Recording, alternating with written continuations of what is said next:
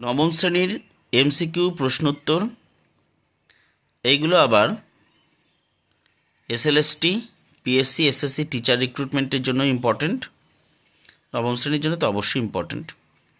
Nihilist আন্দোলন গড়ে ওঠে রাশিয়ায়। রাশিয়ার জনপ্রতিনিধি সভা হলো ডুমা। রাশিয়ায় বলশেভিক বিপ্লবের সময় জার ছিলেন দ্বিতীয় নিকোলাস। এপ্রিল থিসিস ঘোষণা করেন লেনিন। প্রথম বিশ্বযুদ্ধে রাশিয়া যোগ দিয়েছিল ত্রিশক্তি আতাতে। 14 দফা নীতি ঘোষণা করেন উড্রো উইলসন। 1929-এর মহামন্দা শুরু হয়েছিল মার্কিন যুক্তরাষ্ট্রে। প্যারিস শান্তি সম্মেলনে ভার্সাই সন্ধি স্বাক্ষরিত হয়, মানে মিত্রপক্ষ ভার্সাই সন্ধি স্বাক্ষর করে প্যারিস শান্তি সম্মেলনে জার্মানির সঙ্গে।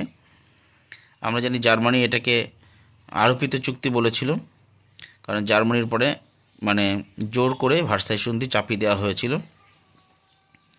ইলডুচি উপাধি গ্রহণ করে, উপাধি ছিল মুসোলিনির।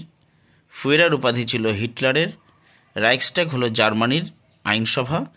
দ্বিতীয় বিশ্বযুদ্ধের মহড়া বলা হয় স্পেনের গৃহযুদ্ধকে। এগুলো আবার হিস্ট্রি জিকে হিসাবেও কিন্তু ইম্পর্ট্যান্ট। চ্যানেলটাকে লাইক, সাবস্ক্রাইব, পজিটিভ কমেন্ট এবং শেয়ার করুন। এই চ্যানেলে আমি জমি জমা বিক্রি, বাড়ি বিক্রির খবর, ঘর ভাড়ার খবর সহ ফুটবল কোচিং, প্রতি শনিবারের হাট বাতকুলা মিলন সংঘ ক্লাব ময়দানে সমস্ত কিছুই দিই। এই চ্যানেলে সব রকম খবরাখবর আপডেট এই চ্যানেলে থাকে।